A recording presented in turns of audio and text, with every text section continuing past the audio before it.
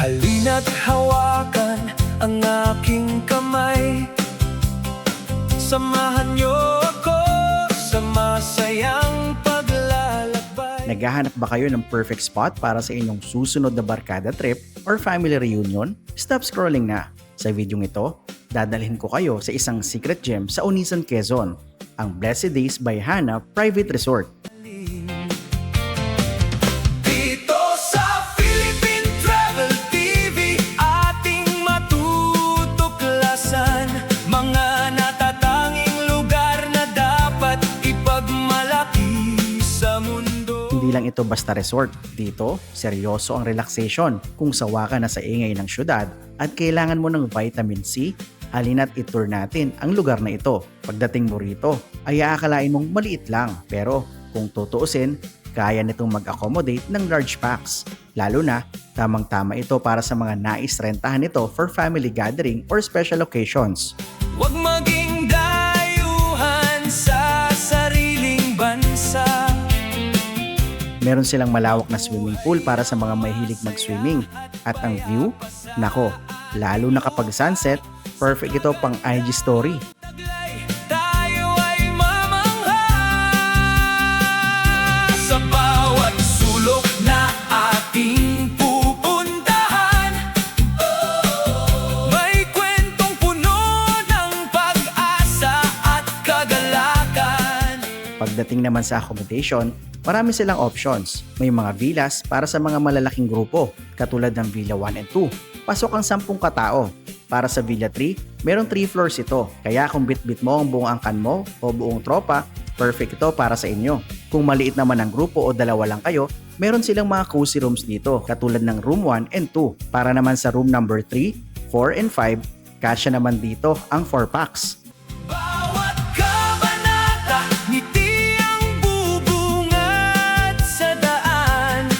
Masayang paglalakbay, kasama ang bawat Pilipino. Makisaya sa mga lokal at damahin ang kanilang At alaga. pagdating naman sa budget, alam nyo naman sa Philippine Travel TV, ayaw natin na mabigat sa bulsa. Ang entrance fee lang dito ay 200 pesos kung daytime at 170 pesos naman para sa mga bata. At kung gusto nyo naman mag-overnight, 250 pesos lang.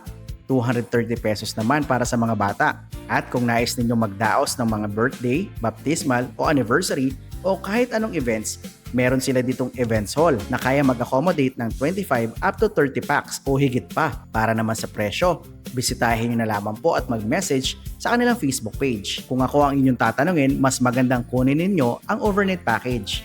Kasama na rin dito ang karaoke, tables and chairs, air-conditioned room at water dispenser. Sulit na sulit, di ba? Sa kagandahang taglay, tayo ay mamangha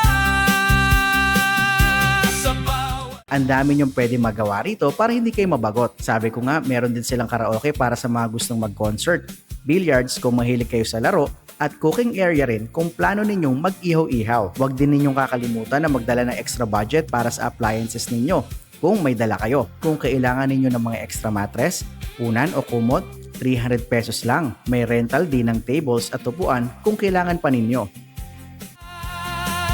Dito sa Philippine Travel TV, ating matutuklasan mga natatanging lugar na dapat.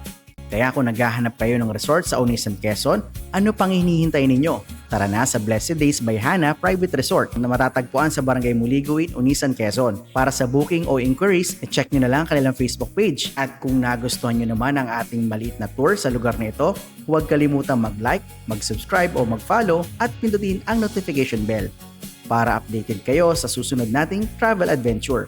Ako po, si Rafa Rodriguez para sa Philippine Travel TV. Tandaan, ang buhay ay isang malaking paglalakbay. Kaya huwag kang matakot na harapin ang panibagong adventure dahil God is within you. So paano?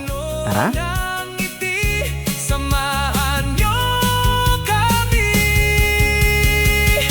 sa masaya